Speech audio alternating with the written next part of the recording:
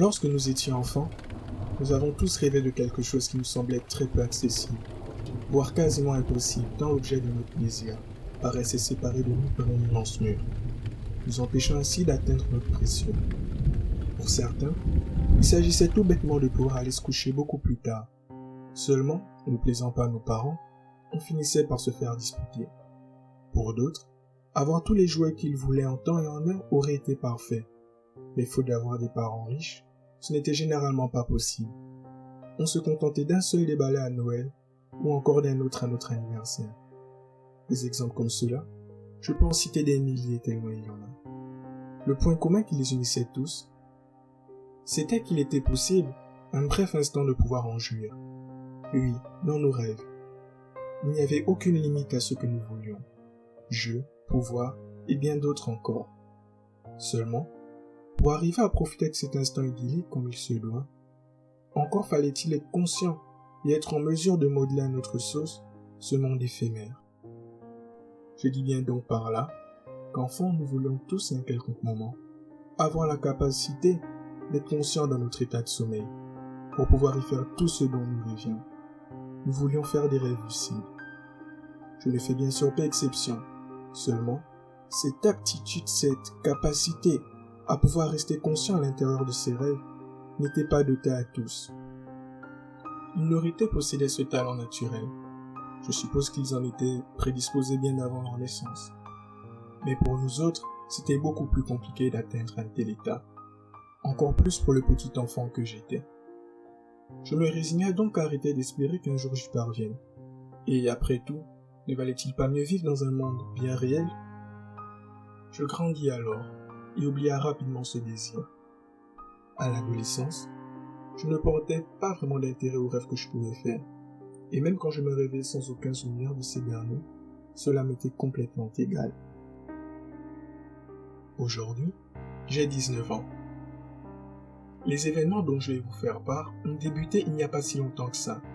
Bien sûr, j'avais bien grandi, et tous ces rêves de gamin étaient derrière moi. Mais ça, c'était avant que le phénomène des rêves lucides prenne une telle ampleur sur les réseaux, prôné par de nombreux influenceurs et d'autres têtes du milieu. De nombreux d'entre eux en avaient fait leur thème principal, expliquant dans leurs vidéos comment parvenir à un tel état. Cette tendance croissante fit remonter en moi beaucoup de souvenirs que j'avais enfouis. Moi, qui enfant avait abandonné l'idée de faire des rêves lucides, faute d'un talent naturel pour ces derniers, j'avais enfin la possibilité de pouvoir atteindre cet état que j'avais tant convoité. Je me mis alors à regarder une tonne de vidéos sur le sujet. Je serais enfin libre de faire ce que bon me semble, dans un univers totalement idyllique et en étant bien conscient, me disais-je. Mais c'était tout de même assez difficile. Le plus dur étant de deviner si j'étais en train de rêver. On a souvent beaucoup de mal à dissocier la réalité du rêve, et l'exercice consistait à établir une barrière bien visible entre ces deux concepts pendant notre sommeil.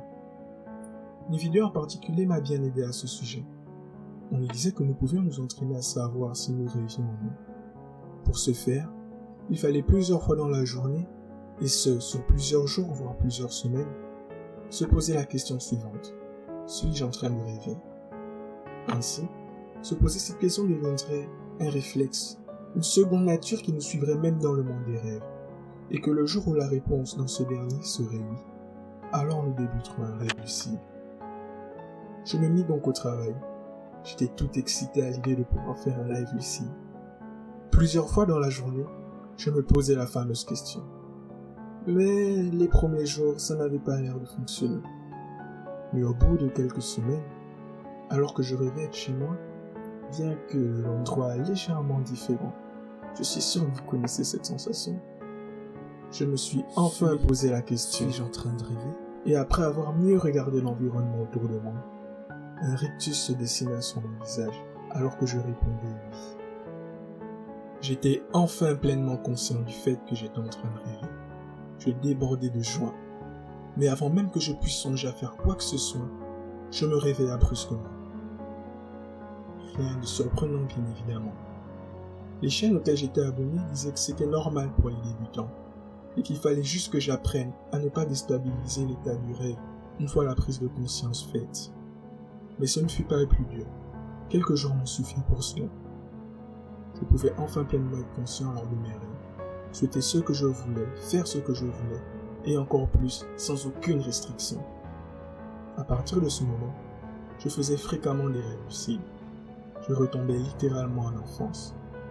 Pouvoir surhumain comme dans les dessins qui ont bercé mon enfance, en passant par la nourriture illimitée et aux univers plus fantastiques les uns que les autres.